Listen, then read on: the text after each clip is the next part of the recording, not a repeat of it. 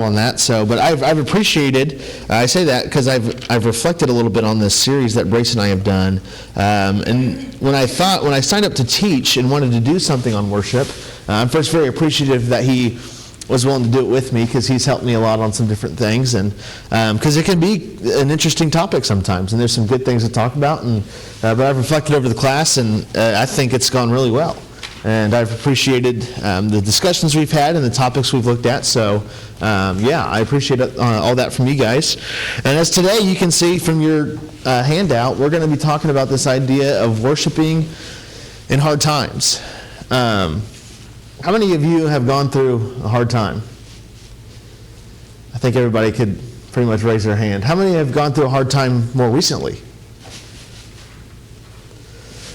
Hard times don't have to be a big, event either. Sometimes just a day or two can be a hard time, and just we're going through things and it's hard to get through. And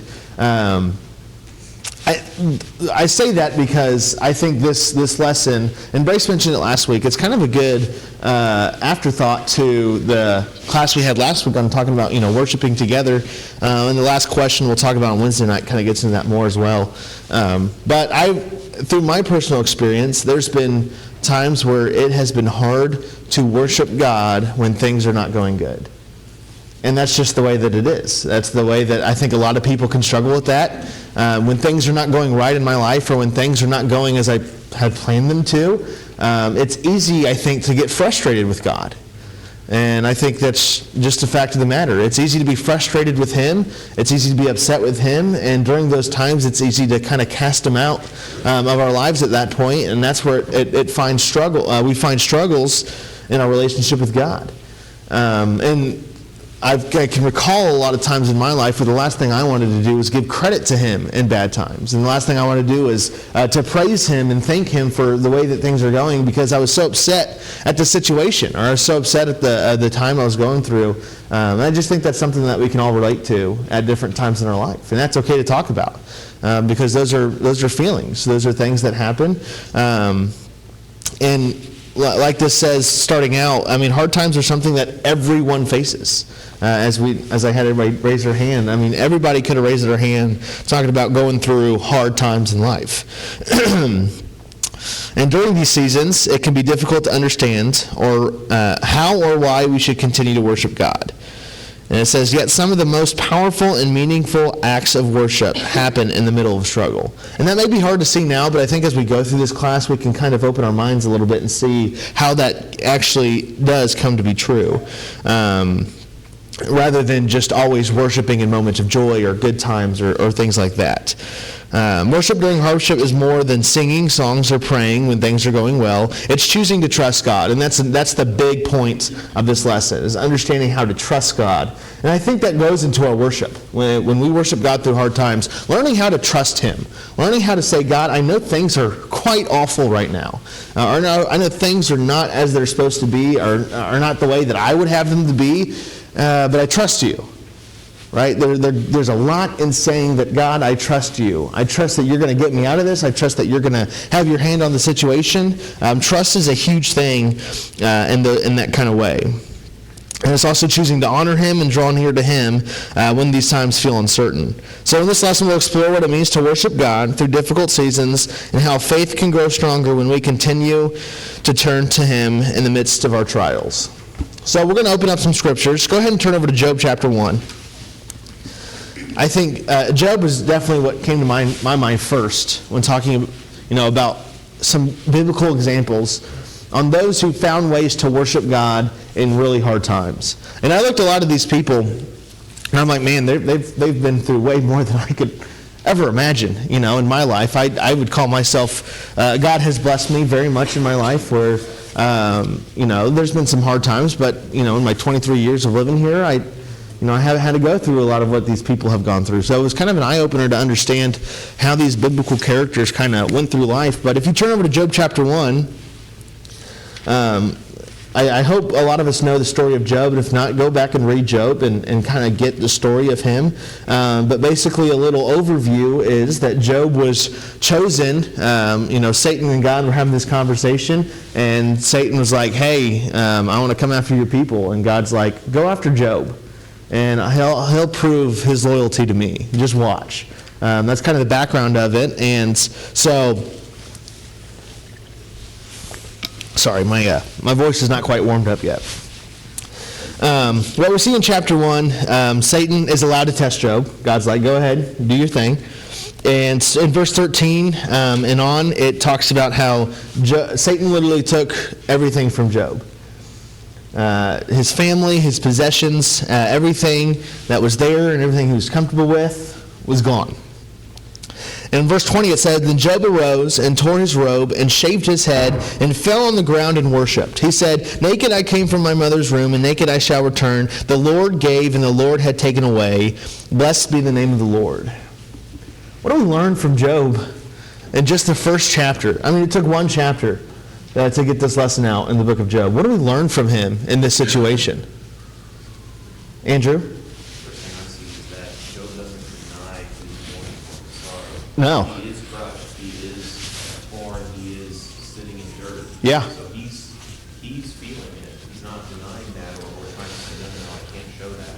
But then the thing he immediately says is, Blessed is the name of the Lord. Yeah. So there's praise of God even while he is acknowledging his eternally crushed spirit. Yeah, you can absolutely see where Job's mind is. And going off that point of his acknowledgement of the struggles, how hard is it for us to acknowledge our own struggles, let alone tell other people about it, or let alone confess to God, hey, I am struggling with this. That's not an easy thing to do.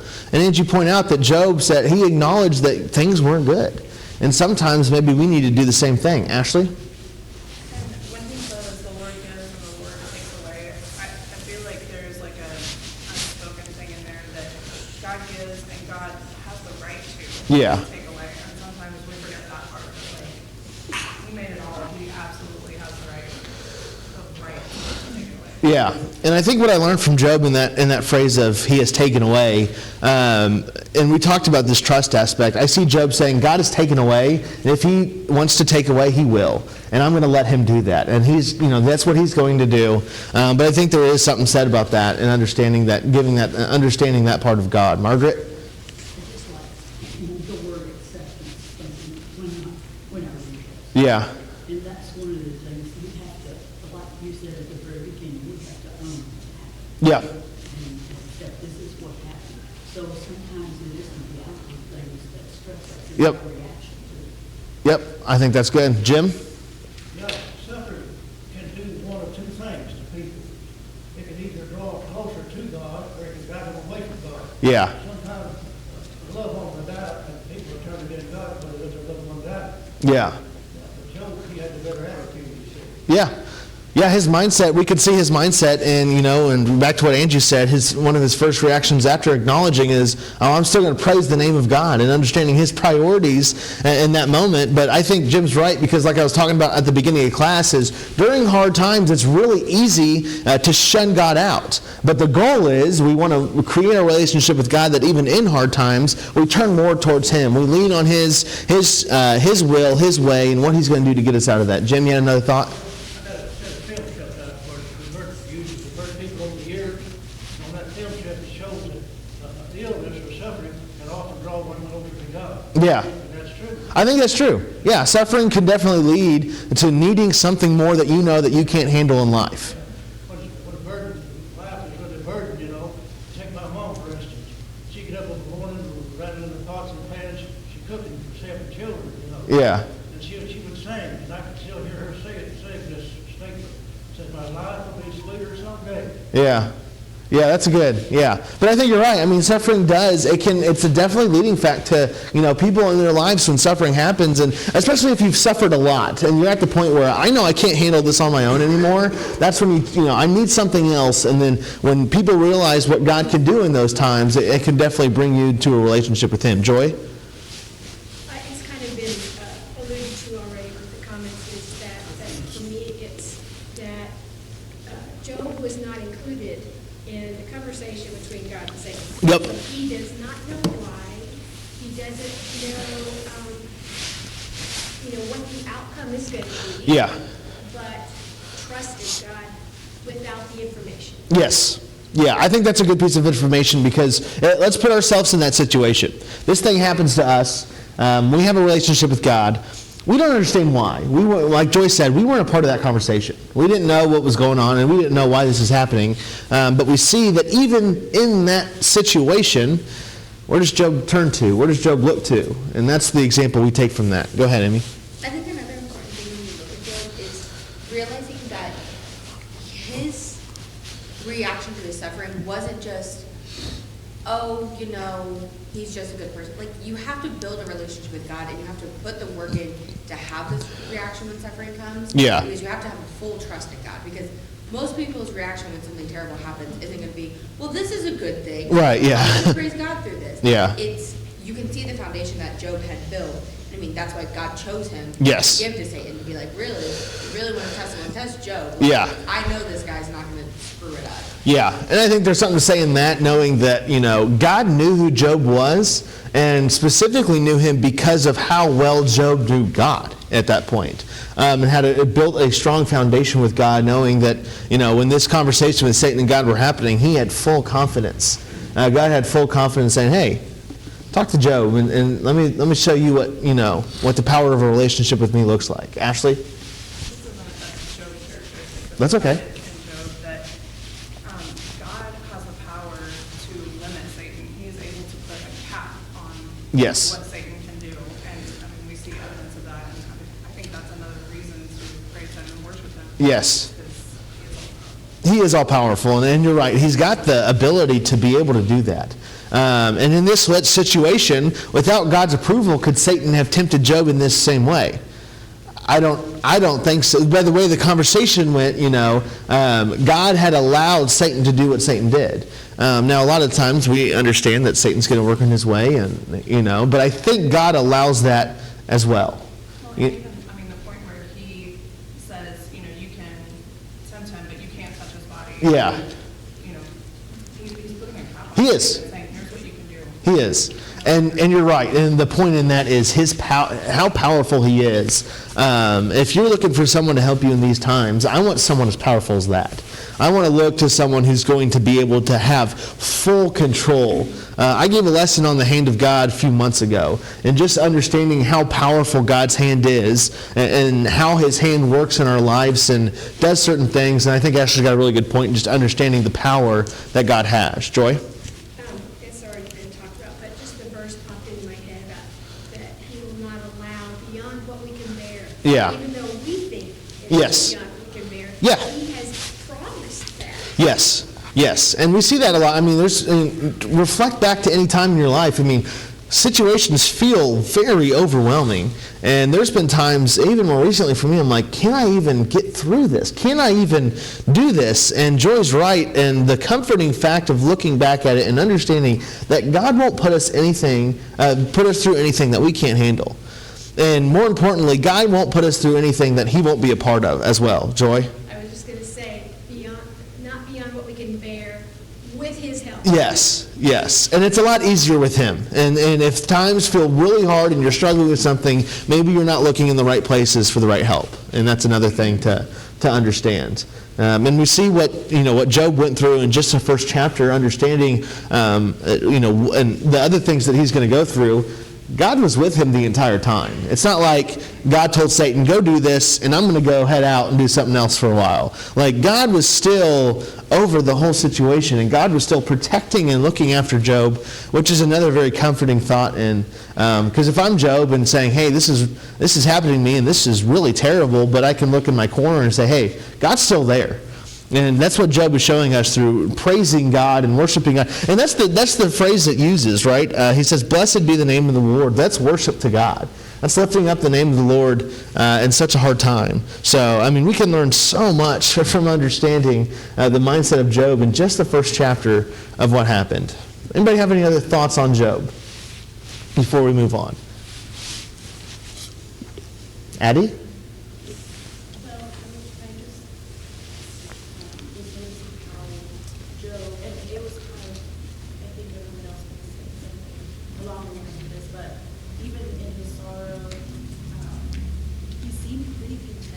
Yeah. Almost at peace with all of this. His family being taken away, his possessions being taken away. Yeah. And that could have been because God is in control. Yeah. But also God would make things right, whatever that looks like. Yeah. That he didn't know that he was gonna be given all of this things in his name. Yeah. But having that, I'm just trying to put myself in the shoes, like what would he have been thinking of God? Would they keep this right in some way or another? Yeah. And just that trust and faith in God. Yeah, I think so. I think Job understanding and the reason, like Emily said, the relationship that Job already had with God, all these things had just happened. Everything he had was gone. And putting yourself in that situation, if you're talking about peace, and if he had any peace, it's because he knew, like you said, God was going to do something to make it right, or God was going to help me through it. I think that's a cool aspect of seeing, the person who Job was during this time as well. So that's good as well. Go ahead. Whenever Job says that naked I came from my mother's womb and naked all shall return, reminds me a lot of Paul whenever he says, to live is Christ, but to die is gain. Like, Yeah. no matter what happens, I'm going back to God. Yeah. And just having that mindset of, God didn't let Satan touch him, but Job was ready. He was like, okay, like if I return to my mother's womb, like great. Yeah. I'm gone again. Great. Yeah. And that's a mindset I think we need to learn to have a little bit more in our own lives. More recently, I've thought, I was having a conversation with someone the other day, and just life is hard. How easy would it be to just, not have to worry about all this stuff, but understanding that, God has put me here for a reason. And I live this life, with a relationship with Him, and I live this life in the way that God wants me to live. The reward will come.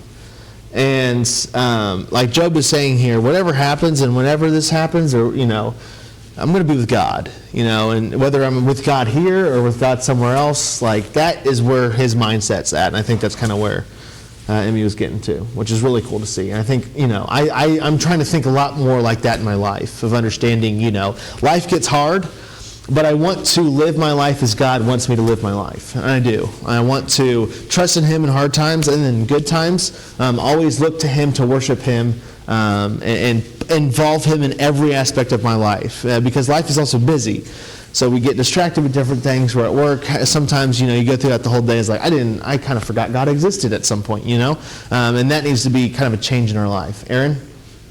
You made a comment that life is hard, which is true. Life is hard.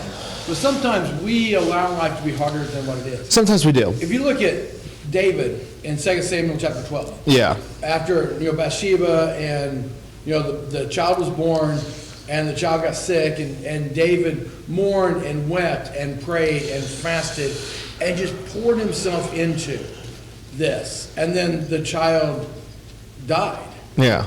And then it says, he picked himself up, cleaned himself off, went and worshiped God with the right spirit. And they asked him, how can you do this? Your son just died. And he said, I can't change what happened. Yeah. Only thing I can do is glorify God and know where I'm going. Yeah. And sometimes sadness, and again, there's a lot of major life events I've not gone through. Yeah. I got all my parents, I've got, I haven't had any major close tragedies, but sometimes we dwell so much on our own emotion and the sadness. Yeah. We don't reach into the power of God and say, yes, it's hard. Yes, it's sad, but I got to move on. Yeah. Yeah.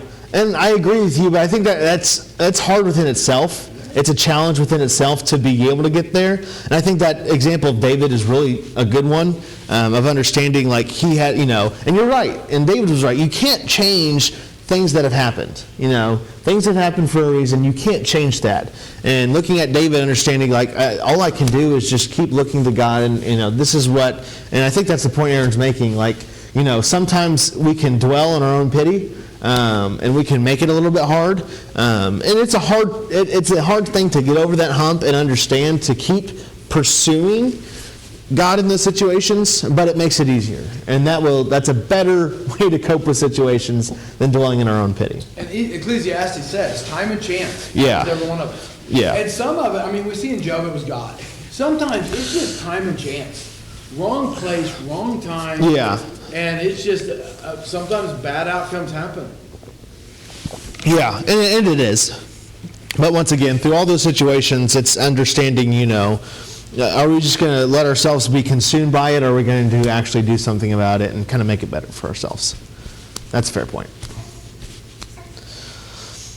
Alrighty, let's go to Habakkuk.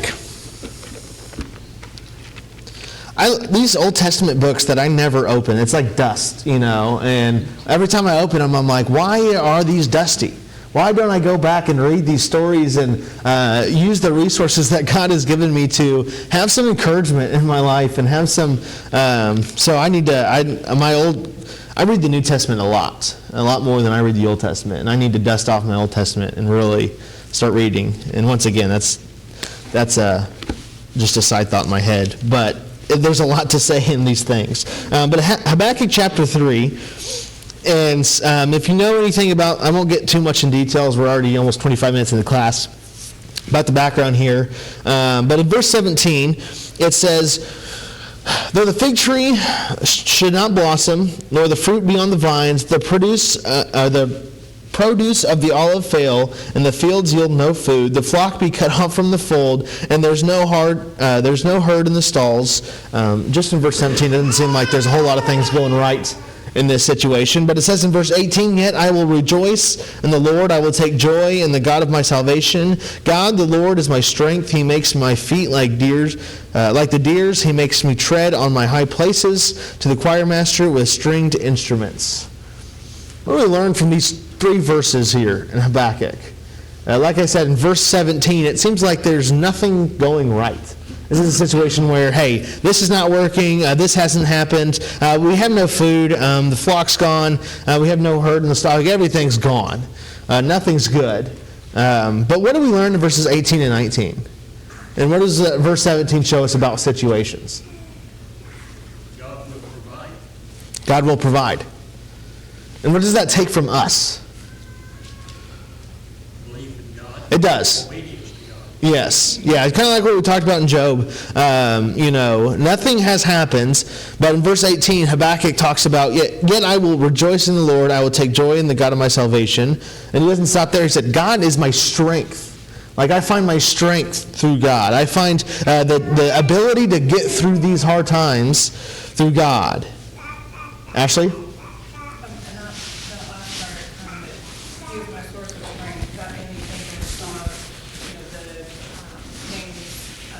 Yeah. And that led me to Psalm 91, 1 through 2. So do you care if I read that and put in the names of God? Yeah, please do. So it says, whoever lives under the shelter of Elyon, which is God Most High, will remain in the shadow of Shaddai, which is God Almighty. I will say to Yahweh, Lord, you are my Moksah, my refuge, and my Matsudah, my fortress, and my Elohim, my new creator, in whom I trust. Yeah. I mean, I just thought that Psalm 91 went so well with Yeah. these verses. I'm glad you brought that up. It seems like you've done your research on the names of God, and I love the names of. In high school, I had a fascination with because before then it was always just God, and you heard Yahweh every once in a while as mentioned. And then I went to a Christian school, and we had Bible classes, and it was they talked a lot about these different names, and each name has its own purpose and its own meaning, as Ashley talked about. And understanding this is just really these names of God show us just who God is, the nature of God. And in these times, in Psalm 91, showing us, like, this is who God is to me. Who God is in general, that's why he means so much to me. And that's what he's going to do for me. And we look at a situation like this when nothing has gone right, when nothing is, and as Chet mentioned, understanding who God is going to understand that God is going to provide for me. And God is going to help me through these things. And God is going to help me get over this hump. And that's just who the nature of God is. And you get to know that more when you build your relationship with him. Right? You get to these things come to you. And you understand these a little bit more as life goes on with your relationship with him. Brace? I was just going to say, at least in my own life, I'm not going to put any words into Habakkuk's mind. Yeah. But, at least in my own life, verses 18 and 19, sometimes it's a declaration, and sometimes it's a pep talk. Okay. I mean, sometimes it's an affirmation of what you know to be true, and sometimes it's something you're trying to remind yourself to help pull you through the difficulties that you're facing. So, Do you think there's importance in pep talk sometimes? it has, at least has been for me. Yeah. Sometimes you don't feel it. I mean, Yeah. sometimes, and I don't know, reading Job, the whole of it, I'm not sure Job always felt as firm as we think he did. Yes. And there's some statements that he makes that seem like he's struggling. Yeah. At least with, if nothing else, at least with, okay, I know you're there, I'm not denying your existence, I know you're good, so why are you doing this to me? I mean, it seems to be his attitude. God's not doing it to him, it's Satan. Yes. But Job doesn't know that at the time, and he's struggling with that, and I think that's fair. I mean, it seems like it's a fairly consistent theme throughout the Old Testament especially, Yeah. that they sometimes struggle with. Yeah, I know you're there, but so what gives? And I think that's the message of Habakkuk too. Yeah. Is, I know you're good, and all this nonsense is going on around, but we're going to do something about it. Yep. And so, I mean, at least in my own life, like I said, sometimes it's a declaration. I know this is true. Yeah. And I'm affirming it. And sometimes it's helping to remember that this is true, and let's just push on. Yeah. I wish I would have spent a little more time in Job, I think, because I think I agree with you. I went through the story of Job in a class in high school, and after I read that, I fully, got to see the story from a different perspective, and understanding that I believe there were times where Job was like, what in the world? And he's angry, and he's upset, and he's like, why is this happening? And you see that throughout the book. And I did want to get into that point a little bit, because I mentioned it at the beginning, that is something that I can relate to. And I'm not scared to talk about it. Like, I have struggled with anger and sometimes hatred for God.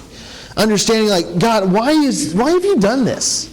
And it's a big feeling, and it's okay to open up and talk about, because I think Job did very much go through that thing, and Habakkuk's a shorter book, but understanding that in these times it's easy to say, God, why? And then to say, God, I'm angry at you, I'm upset, and I can relate to that. Alicia, you had something to say? Yeah, two things. One, about what Grace was saying, and Job and his emotions and everything. We see even throughout everything that he felt and said, he didn't sin. And that's such an encouragement to know that, like, questioning, because so many people say that you're being a doubting Thomas and that you don't have faith because you are questioning why things are happening. Yeah. And Job is such a good example of how that is not the case. Like, it's okay to question God as long as you don't curse him like Job's wife wanted him to. Yeah. As long as you stay faithful to God, it's okay to question and to wonder and to be upset and to have emotions. And I think that's so important to remember, is that it's okay to feel low. This thing's kind of like what Andrew had alluded to in his comment. Yeah. And then my second comment was about this verse in Habakkuk. I actually wrote this verse down in high school, and it was on my board because I felt like everything that I had planned for my life fell apart. Yeah. Because I was going to college, and it was going to be this great thing, and my sister was going to come, and I was going to roommate with my best friend, and it was going to be great, and everything came crashing down. Yeah. And I ended up not going, and it changed the course of my life. And this verse I went back to this verse so many times because I was like, even though everything's falling apart and Liz was sick and all this stuff was happening, like, kind of like what Grace was saying, like, it was a lot of a pep talk, like, I will rejoice in the Lord. Yeah. Even though things are not going the way I wanted them to. I really do believe that God is there and that he has a plan. And then eventually I was able to look back at where my life came, like where the plans of my life went. Yeah. And see that God was there and that everything happened for me. Yeah, that is powerful within itself, because I've done that plenty of times where I was at a point and I'm like, I reflected back on a couple of years or whatever and saw, that decision or that event changed what my life looked like. And then you can go through events leading from in between the times where like, oh, he was right there. Or, oh, he made that happen for a reason. Going back to your first point, it is a very important thing to put out there that feelings are valid. And it's okay, we don't want to curse God, as you said. We don't want to put wrath upon God. But they're valid feelings to understand, to be confused and upset. And it's okay to talk about that with him and pray to him and say, God, I'm upset. I'm mad. I'm angry. There's a lot going on, but there's a lot to say in saying that feelings are valid. Open up about those feelings and embrace those feelings and allow him to guide you through that. Emily first, and then we got a couple other hands. It's just so interesting to me right now because I have a coworker who's going through a lot in their life, and they kind of started out the year like And as they opened the Bible and got closer to God, more and more trials have shown up.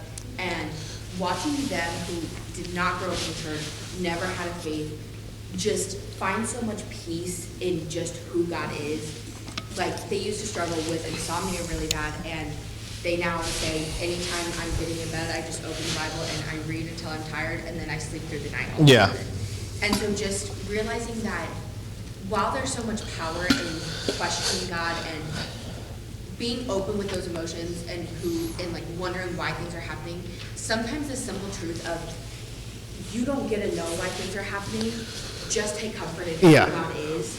Like, just give into the love and the nature and the holiness of God, and don't focus on why things could be happening, because it might not be for you to know. Yeah. Like, God is God. Yeah. And like, remember, seeing just the childlike faith that someone who is new to God has Yeah. is so encouraging to be like, you're right, I don't need to know the philosophy on why something's happening.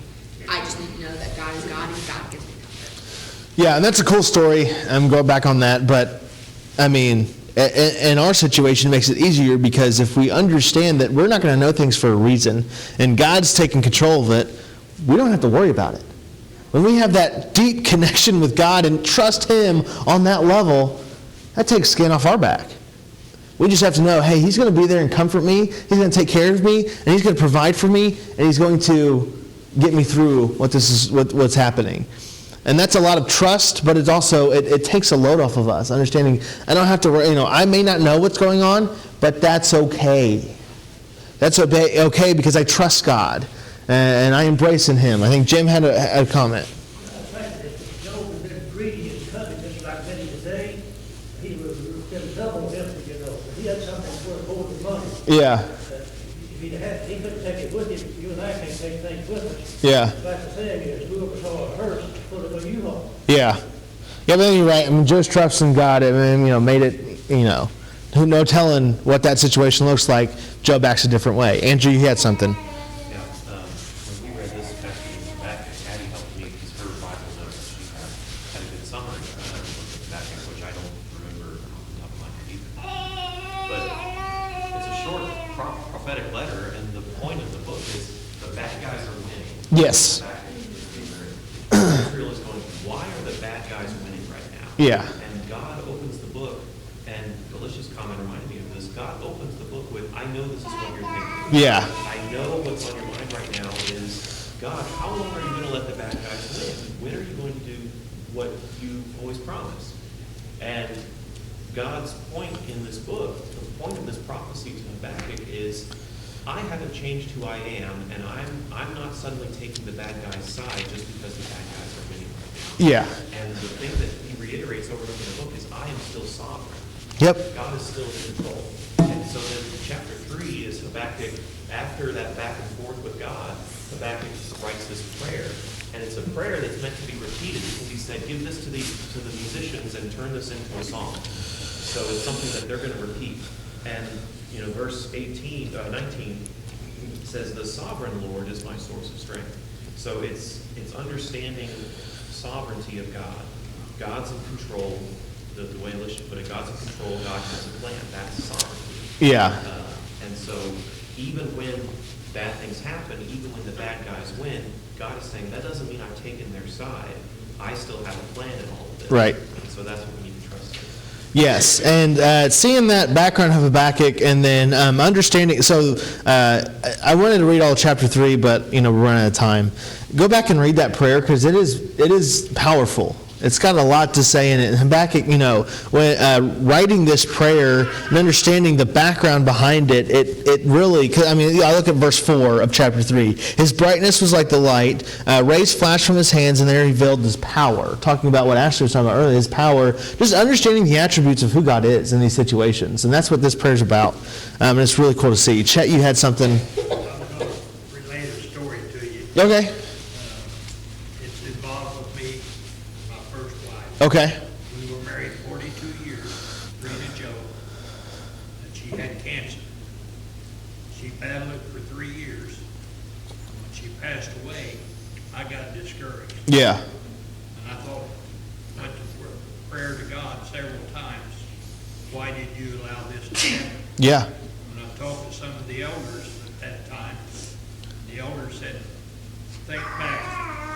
she is now in a place where she's not suffering. Yep. And we're in a land where we're still going to be suffering Yeah. day after day. And that changed my attitude. I went back to God and I prayed that He'd forgive me of that. Yeah. And hopefully I'm taking my place now Yeah. in the congregation and doing my part. But, I mean, that's a good example, though, because that's such a hard time in life. It had to have been such a hard time in life, and when the questions arise, like, God, why has this happened? But understanding the mindset and understanding that God lets things happen for a reason. And you talked about talking to the elders and surrounding yourself with people who are going to guide you to the right mindset, who are going to guide you to the right help and be the right help for you. And like you said, after that, there was a switch saying, you're right, she's in a better place, and I still have work to do. And that's a great story to kind of relay on this kind of topic. So this has been a really good conversation. Anything else? Go ahead, Joy. It's a lot of what's already been said. That's okay. And mostly it's just my putting words to it, so it helps me, is that God is not the boogeyman. Yeah. So if we've had experiences with boogeyman, we can't attribute that to God. Yeah. Or it's a lack of foundational understanding about who God is versus who Satan is. Yeah. So anytime we try to blame God or give the explanation of it coming from God, it's not. Yeah. It's coming from Satan. That's not who God is. No. He may have allowed it, but he is not doing it to hurt us. Yeah. God is not allowing evil in this world to hurt us. You're right. That's not who God is. And I turned over, the last passage is James chapter 1. And I turned over to James chapter 1. In verse 2 it says, "Count it all joy, my brothers, when you meet trials of various kinds, for you know that the testing of your faith produces steadfastness. And let steadfastness have its full effect, that you may be perfect, complete, lacking in nothing." What this shows us is that God allows things to happen for a reason. I mean, it even says, when you meet trials, you know that the testing of your faith produces steadfastness. Our faith is being tested. And God does that. He wants to know how much we want to rely on Him. He wants to know how much are we going to love Him and turn to Him in these situations. And what these things do to us is it strengthens us. It builds us up. It draws us closer to God when we allow it to. Jim mentioned earlier in the class, there's two ways we can go. We can turn away from Him and shun Him out, or we can allow Him to embrace our life. Allow Him to take control of our life, saying, in looking at all the trials, and James says, meet the trials of various kinds, it will happen. He's guaranteeing that we're going to go through some hard times. But in that we grow our strength, and we grow our relationship with God, and we grow our knowledge and understanding of He's going to help us through these things. And that's the key point of this lesson today. Understanding that, yes, hard times are going to come. Yes, it will seem like sometimes that God's not even on our side, or sometimes that God is not even there, or doesn't exist. Those are feelings. In these times where we feel empty, we feel alone, we feel secluded, we may think God's not even there. He doesn't even care about me. But understanding that when you look back at the things you've gone through, Alicia pointed it out earlier, when you look back at the things you've gone through, find the moments where God was there. And even if you didn't believe He was there then, look back at it now and understand, wow, He really helped me out of that situation. Oh, wow, He did test me in that situation, but look where I am today because of it, right? All the things that we can learn and all the ways that we can grow are really good things to think about and understanding in these trials and hard times. I used to fear hard times a lot, but after this lesson, I'm like, I know that every time something comes up, if I look to Him, it'll be okay. It may be scary, but I can look to Him, and He's gonna make things okay. Aaron? A lot of what you talked about, everything that we do, how we face trials, it all begins with a thought. Yeah. Because our thoughts lead to emotions, and our emotions drive our actions, and our actions drive our results. Yep. And so if we go back to this, and we always, and that's where Job, even though he, again, got mad, questioned God, got a little whiny, got a little complaining, his thought was, I will glorify God through all of this. Yeah. And he never lost that. No. And that cycle is we always have to remember that we have to control our thought. We do. Zig Ziglar talked about stinking thinking. You know, when you're saying those bad things in your mind, because here's the thing, when you say it and think it, you believe it. Yeah. And it starts driving everything you do. Yeah. And if you always go back to God is good all the time, wants the best for me, will help me through this, that thought will change a little bit of how it turns out. Yeah, you believe a lot in what you put in your mind all the time, and if you put God and His goodness and faithfulness in your life, I think kind of point back what Alicia was saying when she had that verse written down, she was allowing herself to have that constantly being in her mind to change her attitude, and that works, and I think that's a good point. Brace, you had something as well. Yeah, I want to be careful how I word this, just because I think it's normal for us to, and I think we even see it with Job and Habakkuk, to ask the question of why. We want answers. Yeah. And that's really the big focus of Job, and the answer he gives at the end is a really good question. Yep. Where were you when everything was being created? Yeah. But I don't think God's saying that his wondering why was wrong. No. He's just, but I think one of the most dangerous things that we do in asking that question is we want an answer, and we try to, either the people who are around us or we ourselves, try to come up with an answer of, well, what did God mean by this, or what's God's involvement in this?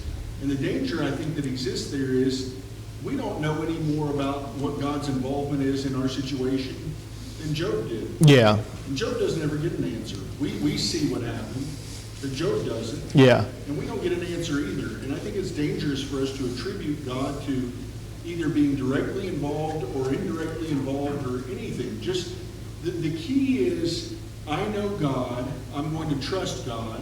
I love Habakkuk because in verse 16, he's terrified. Yeah. He is not just a little bothered. He is scared.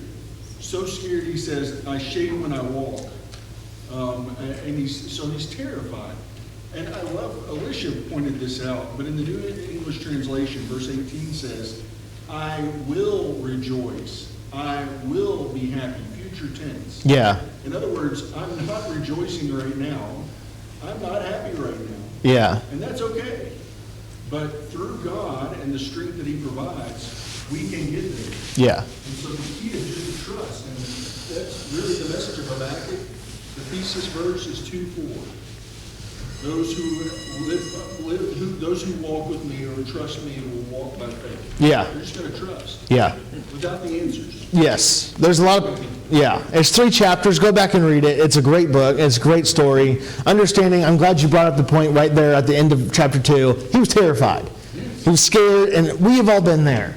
And that goes back to what Aaron said, when Brace said, Habakkuk was saying, I will rejoice. This is hard now, but I will continue to look to you. Aaron was reminding us, sometimes when we do that ourselves, sometimes when we say, I will include God in my life, I will look to Him.